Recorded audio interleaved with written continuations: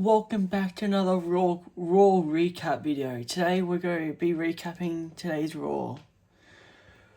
I thought of this Raw was a great Raw. One of the best Raws.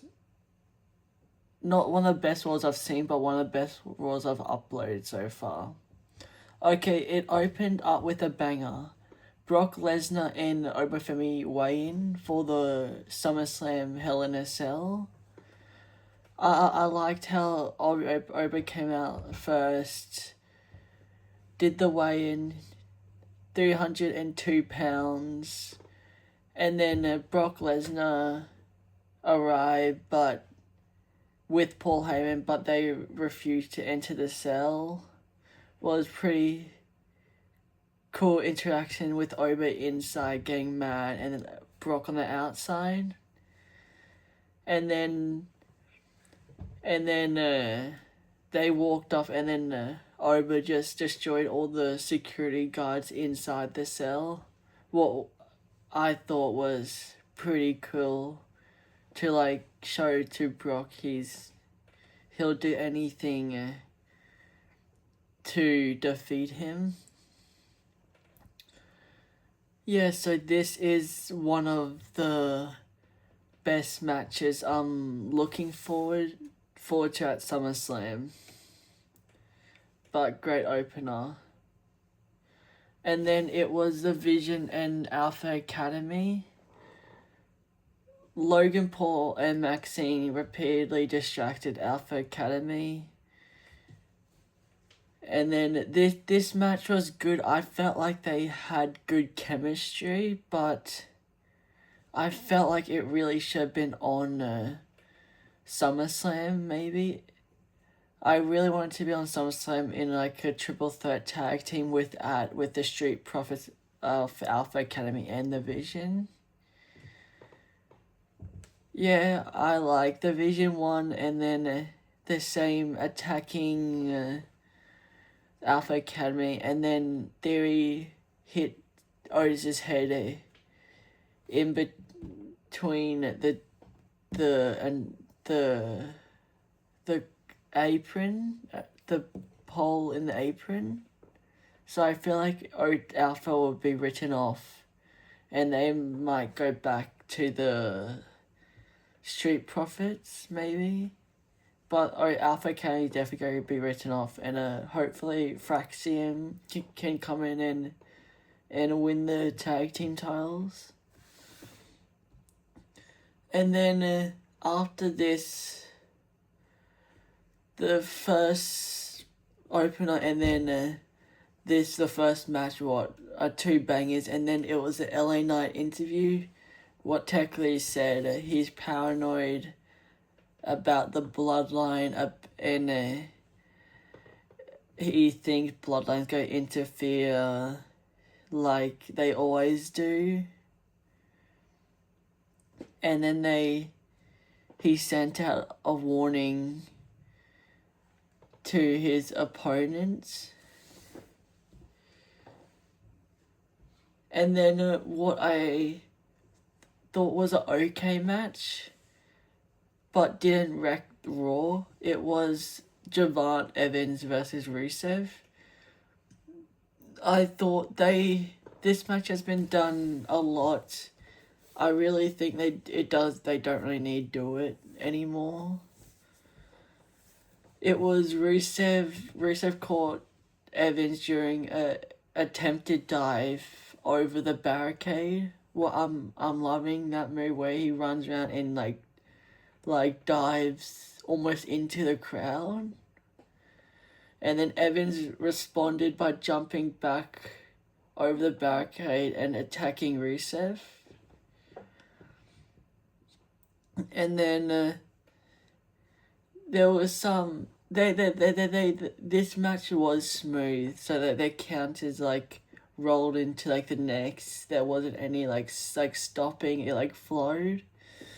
Rusev landed a matcha kick and attempted to apply the accolade, his finisher. Evan escaped another matcha kick and countered it with a stunner. and then Evans won with the OG cutter to score a major victory.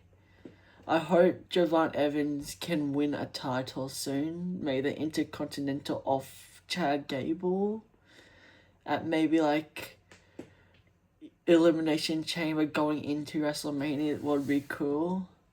And then the next after this match was Joe Hendry and Danhausen's concert. This had a huge shock. I was not prepared for it. I was prepared just to see what song they are singing now. So it was normal. Danhausen, Joe, they're singing the You Are Cursed song. And then a bunch of cheerleaders came out and started to dance in front of them. And then as they were doing a conga line to around the ring, Ryan Garcia joined the conga and like got in the ring. I thought he'll just go play the instrument with Joe Hendry and Danhausen. But I was not expecting for Ryan Garcia to smash the instrument across Hendry's back. And then Dominic and JD came in and attacked Danhausen, the Mini-Hausens.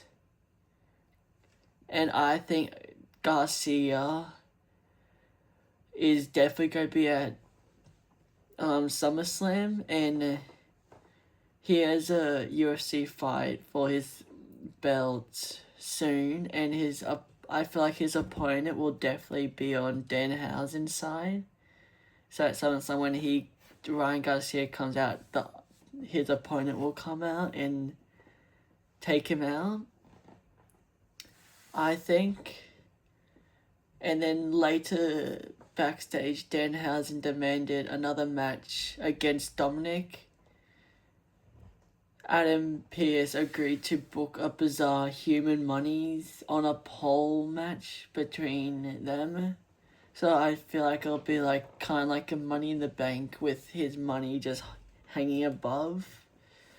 What is pretty cool, I feel like they need a stupid match thing, because then people can run in, stupid things can happen. Yeah, and then the next match was actually a banger. Rey Mysterio and Ethan Page. They have incredible talent. He's wrestling like he's in his 20s. Ethan Page is a young up-and-coming star. Page targeted Rey early and delivered a powerbomb onto the apron. And then Rey recovered with the tornado DDT on a top rope Hurricane Rana and sent Page into the announce table. What was a pretty cool moment. And then Ethan Page won, but Rey attempted the 619, but Ethan used the ring apron to block it.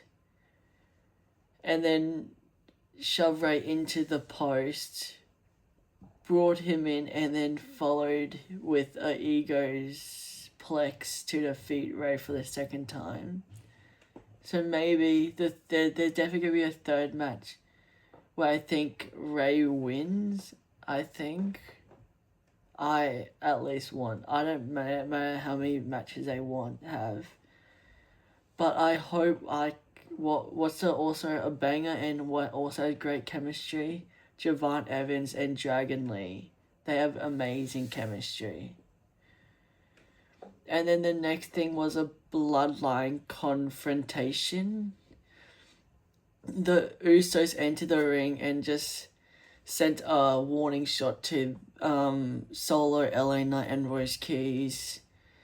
And then Solo is hilarious. He's so funny. He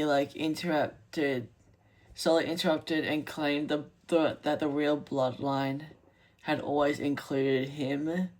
Solo insulted Roman Reigns and said the OTC can kiss his ass. And then LA Knight arrived and joined Solo, confronting the Usos. And then a huge fight broke out between both sides. Jacob ran down and to help out the Usos, but Royce Keys arrived to even the numbers. Solo, Knight, and Keys delivered their finishing moves to Jacob. The Bloodline retreated as Solo's team stood tall before SummerSlam. Well, I think there's definitely going to be, a return or a debut. I think it will be Zilla Fatu. I hope. I've been thinking this for ages, but I feel like it will happen at SummerSlam. I'm hoping. Oh my god. And then the fourth match, I'm hating Triple H. Get rid of Triple H, our creative. Triple H did my girl Saruka so dirty. Saruka was versing Raquel in a Intercontinental Championship match. This was her only second time defending it. She defended it first against Raquel a month ago and then didn't even appear once on TV, like as a promo, nothing. And then the second time she appears, she loses the title. I'm mad at Triple H. If you please comment, change the creative in the comments. Please change it. Shawn Michaels doing amazing in NXT. Undertaker's doing amazing in AAA. Why can't Triple H do the same? But Raquel suffered a bloody nose early in the match, but continued fighting. Liv and Roxanne Perez came out and to try and attempted to interfere on Raquel's behalf. And then Io Sky arrived to support Saruka and tried to get out the Judgment Day. Sol attempted the Soul Snatcher, but Raquel powered out and delivered a Tahana Bomb to pin Saruka. And Raquel's a new Intercontinental Championship. I'm mad. Saruka could have been a way better champion. She's way better than a lot of female superstars, I think.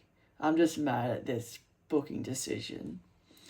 And then the next thing was the final promo before it ended was Roman and Seth face to face before SummerSlam.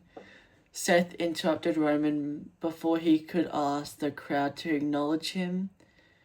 Rollins claimed that he had always owned Roman mentally. Roman said defeating Seth was something he needed to do for his family, his championship, and wrestling industry. Seth responded by telling Roman that he would always be his bitch. Roman attacked Seth and grabbed a steel chair and connected to the history in the Shield when Seth stabbed Roman in the back to break up the Shield. Before Roman could use it, Seth countered and hit Roman with a nasty stomp onto the chair. Seth stood over the World Heavyweight Champion as War went off the air. Yeah, I'm not that interested in Roman and Seth. I'm mainly interested in the Brock and Obafemi. Out of the two championships, Roman Seth does make me a little bit interested because of all the history. But Cody and CM Punk doesn't really make me interested.